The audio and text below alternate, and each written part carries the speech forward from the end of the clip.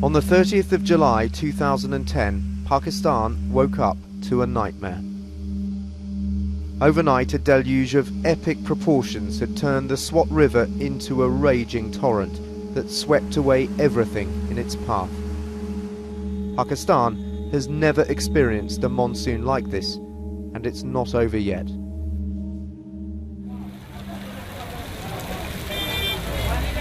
The pelting, relentless rains are continuing to hammer this country, forcing millions to flee, taking with them the few soaked possessions they've managed to salvage. In the mountainous north, the water funnels down the ever more treacherous slopes, quickly engulfing the roads below. At its peak, a year's worth of rain fell in a day, affecting an estimated 14 million men, women and children across the entire country. In many places, the fetid reek of death, life claimed in seconds by the water that seemed unstoppable.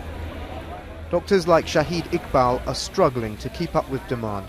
Most of the cases are diarrhea, acute gastroenteritis. We are facing much of the problem with the drinking water because there is no electricity. Towns like Nashera in the northwest have been particularly hard hit. The stagnant water has forced tens of thousands into temporary government camps. But conditions here are terrible. The food is being distributed here, but it's incredibly chaotic. There's a lot of panic among the 18,000 people in this camp who are worried that they won't get their hands on the last few bags of rice.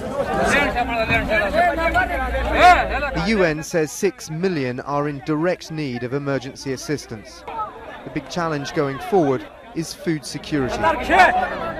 So much has been lost, now survivors are struggling to feed their families with any meagre supplies they can get their hands on. Further north at Chagdara, we see another challenge, repairing the battered infrastructure. Like 278 other crossings in the province, this bridge was swept away by the sudden swirling torrent. And the line to get across the temporary bridge gets longer and longer. I'm here for the last 4 hours. I have come here at 0900 hours. Now it is about 1300 hours. Power is still out across much of this remote corner of northwest Pakistan. But if all this seems incomprehensible, see what it means for one family. In the Bahati Chowk area of Mingora, Reza Khan picks through the bricks that used to be his house. He and his 7-year-old daughter Samreen are suddenly homeless. They'll have to find somewhere else to sleep here amid all this. For the Pakistan Army, the Swat Valley was already infamous. Last year, soldiers finally retook this area from the Taliban. Now they have a different challenge on their hands. The Taliban may have gone, but Islamist charities with alleged links to terrorist groups are here, handing out food and a clear message, though this man only agreed to talk if we concealed his identity. The government is not working properly, so that is why the people are working on their own self. 4 US Army Chinook helicopters have been brought over from Afghanistan to help compete against the Islamists to deliver aid first. A silver ribbon of destruction guides them to the farthest reaches of the Swat Valley towards Kalam. The crew look down on a conveyor belt of terrible sights. Bridge after crippled bridge, the severed links between communities that are now cut off from the outside world. The valley floor has been eviscerated in some areas, scoured clean of vegetation, buildings and people. We arrive in Kalam and see hundreds of people waiting expectantly for help. Kalam used to be a tourist destination, but what was once a Shangri-La-esque haven in the Hindu Kush is now a nightmare. The flour is offloaded quickly. Fuel and time are running out. These CH-47 Chinooks are capable of carrying 5 metric tons of supplies. They're now part of a vital aerial supply line. It's the only way that people up here can be reached by the outside world. The situation is complicated by the fact that the aid agencies themselves are also victims of this flood. This is the International Red Crescent warehouse outside Nashira. What used to be a busy distribution hub, getting vital supplies out to those in need, is instead under a metre of water. At its height, the water was 3 times deeper than it is now, soaking 25,000 canvas tents in sewage-polluted water. There are $15 million worth of supplies here, and officials are wondering how much is salvageable. It makes me sad. The idea of pre-positioning stock is to allow us to move quickly with the distributions of relief items, and this is back to square one, so to speak. Nearby, a camp in the centre of the highway, and it stretches for kilometre after miserable kilometre.